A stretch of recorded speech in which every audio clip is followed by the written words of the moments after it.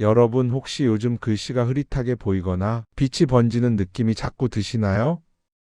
특히 아침에 눈을 뜰 때 선명하지 않고 저녁이 되면 시야가 뿌옇게 변해서 괜히 이제 나도 나이가 들었구나 하고 한숨 쉬셨던 적 있으신가요? 저도 처음엔 이런 증상을 자연스러운 노화라고만 생각했습니다. 하지만 눈 건강과 관련된 자료들을 찾아보니 이 침침함이 단순한 노화의 신호만은 아니라는 걸 알게 됐습니다. 놀라운 점은 눈이 흐릿해지는 이유가 눈 자체가 망가져서가 아니라 생활 속 작은 습관들 때문에 눈 표면이 조금씩 지쳐가는 과정일 때가 많다는 사실입니다.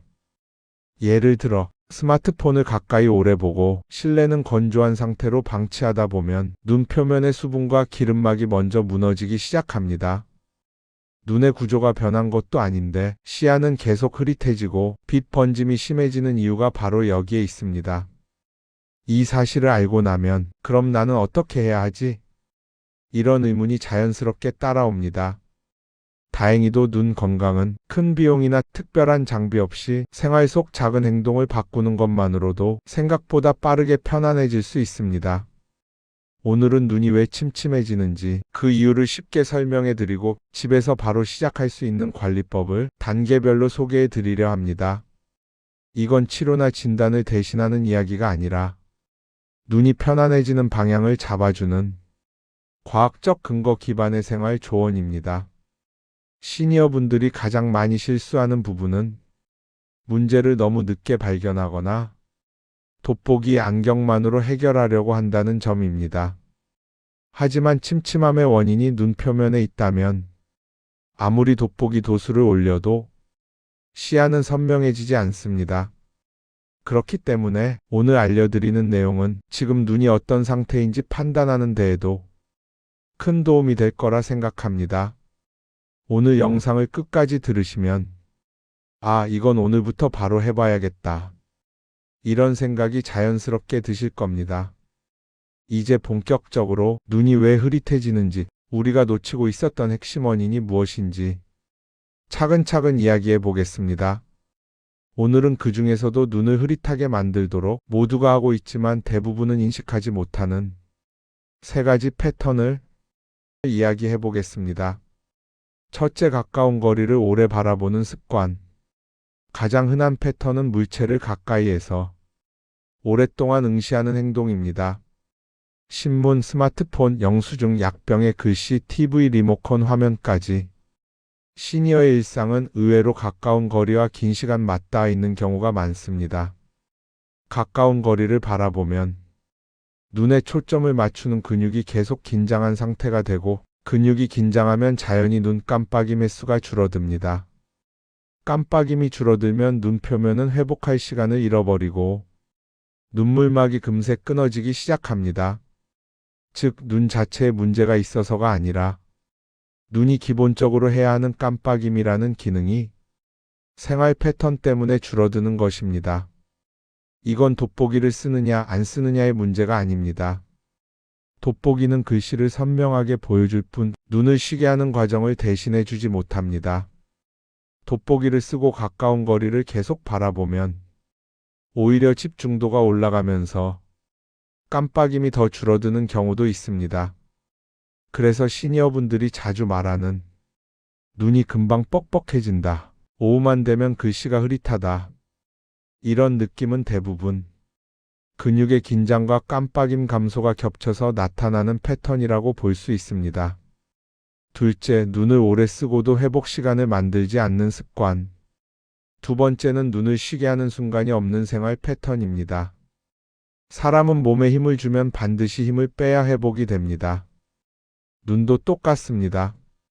눈을 오래 쓰면 표면의 수분과 기름막은 자연스럽게 흐트러지는데 이걸 다시 정리하려면 잠깐이라도 눈을 쉬게 해야 합니다. 하지만 많은 분들은 TV를 보다가 스마트폰을 바로 보고 그 다음엔 신문을 본 뒤 바로 환하게 켜진 조명 아래서 집안일을 합니다. 이 모든 과정이 거의 끊김없이 이어지기 때문에 눈 표면이 회복할 틈이 없습니다. 눈은 우리가 생각하는 것보다 오래 버티지 못합니다. 불과 몇 초간 눈을 감는 것만으로도 눈물막이 다시 펼쳐지고 표면이 매끄럽게 정돈된다는 보고들이 있습니다. 그런데 이런 회복 시간을 전혀 확보하지 못하면 눈은 하루 내내 건조한 상태를 기본값으로 유지하게 되고 결국 침침함이 쌓여 나타나게 됩니다. 여기서 중요한 점은 눈의 문제는 오래 사용함이 아니라 쉬지 못함에서 온다는 사실입니다. 셋째, 실내 중심의 생활 구조. 마지막 패턴은 실내 중심의 생활 구조에 있습니다. 실내는 편할 수 있지만 눈에게는 생각보다 까다로운 환경입니다. 실내는 대체로 공기가 순환되지 않거나 습도가 낮고 조명이 일정한 방향에서 들어오는 경우가 많습니다. 이 요소들이 동시에 작용하면 눈은 외부 자극이 없는 것처럼 보이는데도 서서히 피로가 쌓이는 구조가 만들어집니다. 실내 공기는 바람도 없고 안정적이기 때문에 눈을 쉬게 해줄 것처럼 느껴지지만 실제로는 눈물막의 증발을 막아주는 자연스러운 바람과 습도가 부족합니다. 또한 조명이 한쪽 방향에서만 오래 비추면 눈 표면의 온도 균형이 깨지기 쉽습니다. 그렇다고 실외 활동을 크게 늘려야 한다는 말은 아닙니다. 핵심은 실내 생활의 연속성입니다. 아침부터 저녁까지 실내에서만 생활하면 눈은 장시간 동안 변화 없는 환경에 놓이게 되고 눈물막이 스스로 회복할 기회를 잃게 됩니다. 짧은 시간이라도 바깥 공기를 쐬고 자연광 아래에서 먼 곳을 바라보는 행동은 눈을 원래 상태로 되돌리는 데 중요한 역할을 합니다. 지금까지 살펴본 3가지 패턴은 대단한 문제가 아니라 너무 익숙해서 불편함을 느끼기 전까지는 어려운 것들입니다. 이 3가지 패턴이 반복되면 눈은 스스로 회복할 기회를 잃어버리고 어느 순간부터 침침함이 기본값이 되어버립니다. 이제 눈을 지치게 만드는 행동 패턴을 정확히 알게 되셨습니다.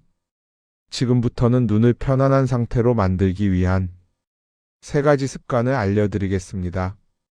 첫째, 눈이 마르기 전에 먼저 보호하는 습관.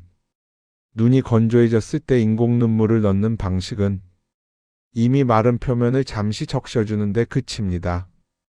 눈물막은 끊어지고 표면은 자극을 받은 상태라 지속력이 거의 없습니다. 하지만 눈이 마르기 전에 눈물막을 먼저 정돈해주면 눈은 덜 지치고 촉촉함을 오래 유지할 수 있습니다. 핵심은 예방하듯 쓰는 방식입니다. 불편함이 오기 전에 조금씩 보충해주는 것이죠. 다음 3가지 시점을 기본 루틴으로 잡으면 좋습니다. 첫째, 아침에 눈을 뜬 직후 밤사이 눈물 생성이 줄어든 틈을 채워주는 역할을 합니다. 둘째, 눈을 오래 쓸 활동을 시작하기 전 책, 신문, 스마트폰, 텔레비전처럼 가까운 거리나 집중이 필요한 활동 전에는 눈물막을 미리 안정시켜 두는 것이 효과적입니다. 셋째, 자기 전 낮 동안 지친 눈 표면이 회복되는 동안 자극을 덜 받도록 도와줍니다. 이 3 타이밍만 지켜도 하루 동안 눈이 건조해지는 속도가 확연히 달라집니다. 제품 선택은 단순하게 2가지만 기억하시면 됩니다. 보존제가 없는 제품, 그리고 낮에는 가벼운 타입, 밤에는 점도가 있는 타입. 이 2가지 기준만 갖고 가도 충분합니다. 둘째, 눈물막의 기름층을 지탱하는 식습관. 눈물막은 물만으로 이루어진 것이 아닙니다. 가장 바깥층에는 매우 얇은 기름층이 있는데 이 기름층 덕분에 눈물이 쉽게 증발하지 않습니다. 그런데 나이가 들수록 이 기름층의 농도와 질이 약해지는 경우가 많습니다. 여기서 도움이 되는 것이 바로 오메가3입니다. 오메가3는 기름층의 구성 성분에 직접 관여하는 영양소라 적정량을 꾸준히 섭취하면 기름막이 더 안정적으로 유지되는 데 기여합니다. 특히 등푸른 생선, 호두 같은 견과류, 아마씨와 치아씨 같은 씨알류는 일상 식단에 큰 변화를 주지 않고도 오메가3를 자연스럽게 보충할 수 있는 음식입니다. 실제로 식단을 조금 조정한 것만으로 눈의 건조감이 줄고 빛 번짐이 완화되었다는 보고들도 있습니다.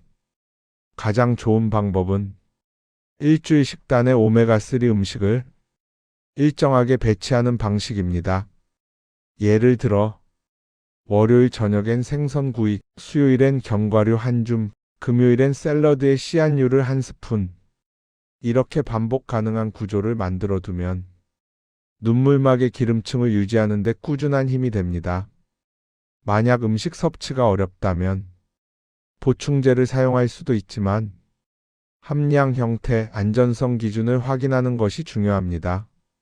몸 상태에 따라 조절해야 하는 분들도 계시기 때문에 자신의 건강 상황을 고려해 선택하는 것이 좋습니다. 셋째, 눈꺼풀 기름샘을 부드럽게 열어주는 따뜻한 찜질. 눈꺼풀에는 기름샘마이 봄샘이 있습니다. 이 샘에서 나오는 기름이 눈물막의 가장 바깥층을 이룹니다. 이 기름층이 막히면 눈물은 마르고 침침함, 건조감, 눈부심으로 이어지게 됩니다. 특히 나이가 들면 기름샘이 점점 딱딱해지고 기름이 잘 나오지 않게 되는데 이때 가장 효과적인 관리가 바로 따뜻한 찜질입니다. 따뜻함은 굳은 기름을 부드럽게 녹여 기름샘이 다시 열리도록 도와줍니다. 이 과정이 반복되면 눈물막의 기름층이 회복되고 눈 표면이 훨씬 편안해지는 변화를 기대할 수 있습니다. 방법은 매우 간단합니다. 깨끗한 수건을 따뜻하게 해서 눈 위에 몇 분 얹어두는 것만으로도 충분합니다.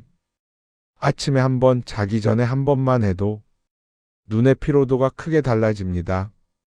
전용 찜질 안대를 쓰는 것도 좋지만 수건으로도 충분히 효과가 있습니다. 중요한 건 온도는 따뜻하게, 시간은 몇 분씩 짧게, 규칙적으로 사용한다는 것입니다. 특히 실내 생활이 많은 분들은 하루 2번의 짧은 찜질만으로도 눈의 무거움, 뻑뻑함, 침침함이 완화되는 경험을 하게 됩니다. 지금 설명드린 3가지 습관은 각각 별도로 작용하는 것처럼 보이지만 사실은 하나의 흐름을 만듭니다. 눈물막을 먼저 안정시켜 눈을 건조한 상태로 방치하지 않게 하고 눈물막의 기름층을 개선해 눈물의 유지 시간을 늘리고 기름샘을 부드럽게 열어 눈 표면이 자연스럽게 촉촉함을 유지하도록 돕는 과정. 이 3가지가 연결되면 눈은 생각보다 빠르게 편안해지기 시작합니다. 지금까지 눈을 편안하게 되돌리는 3가지 핵심 습관을 살펴보았습니다. 지금부터는 오늘 배운 습관을 오래 유지하기 위한 핵심 안전수칙을 알려드리겠습니다. 안전수칙 첫 번째, 눈에 닿는 물건은 깨끗함이 기준. 눈은 외부 자극에 특히 민감합니다. 찜질용 수건을 반복 사용하면 세균에 의해 자극이나 붉어짐이 나타날 수 있습니다. 따라서 찜질용 수건은 매번 새로 적셔 사용하고 티백을 활용하는 경우에는 한 번 사용한 뒤 버리는 것이 좋습니다. 눈에 닿는 물건을 깨끗하게 유지하는 것만으로도 눈 주변의 부담이 크게 줄어듭니다. 안전수칙 두 번째, 오메가3는 적당함이 기본값. 오메가3는 눈물막의 기름층 유지에 도움이 되는 영양소이지만 몸에서 혈액을 묽게 만드는 성질이 있습니다.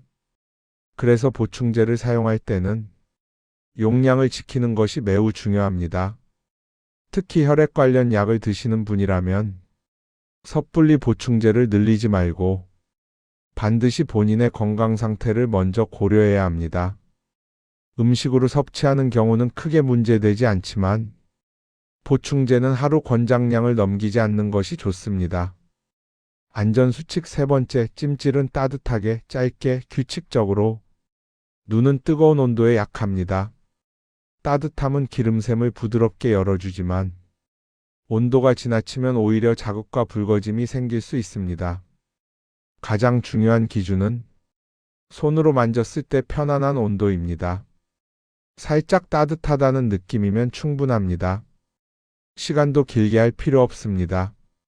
몇 분 정도면 눈꺼풀 주변이 부드러워지기 시작합니다. 오래 붙이고 있다고 효과가 더 커지는 것이 아니라 짧고 규칙적으로 반복하는 것이 핵심입니다. 안전수칙 네 번째, 눈이 붉을 때는 모든 루틴을 잠시 멈춤. 눈이 유난히 화끈거리거나 갑자기 붉어진 날은 어떤 자극도 줄이는 것이 좋습니다. 눈이 예민해진 상태에서는 평소엔 괜찮던 찜질이나 관리가 오히려 더 불편함을 만들 수 있기 때문입니다. 눈이 붉은 날은 충분히 쉬어주고 평소 습관은 상태가 회복된 뒤 다시 시작하는 것이 좋습니다. 안전수칙 다섯 번째, 습도와 조명은 눈 친화적 환경으로 조정. 눈은 환경 영향을 크게 받습니다. 난방이 강한 계절에는 가볍게 가습기를 사용하거나 실내 습도를 조금만 높여도 눈 표면이 훨씬 편안해집니다. 조명은 필요 이상으로 밝히지 않는 것이 좋습니다. 눈이 편안하게 느끼는 밝기는 대부분이 생각하는 것보다 약간 낮은 수준입니다. 특히 TV나 스마트폰을 볼 때는 주변 조명과 화면 밝기의 균형을 맞추는 것이 좋습니다. 조명이 강하면 눈이 쉽게 피로해지고 반대로 너무 어두우면 눈이 과도하게 집중하게 됩니다. 안전수칙 여섯 번째, 가까운 거리 작업은 짧고 나눠서 눈을 가까운 거리에서 오랫동안 쓰는 것이 눈이 가장 피로해지는 패턴 중 하나라는 점은 이미 알려진 사실입니다. 하지만 이걸 완전히 끊기는 어렵습니다. 그래서 가장 현실적인 방법은 짧게 나누기입니다. 예를 들어 신문을 1시간 읽는 대신 15분 읽고 2, 3분 멀리 보기. 스마트폰을 볼 때는 중간중간 멀리 있는 창밖을 바라보는 것만으로도 눈 표면은 다시 한 번 정돈되는 시간을 갖게 됩니다.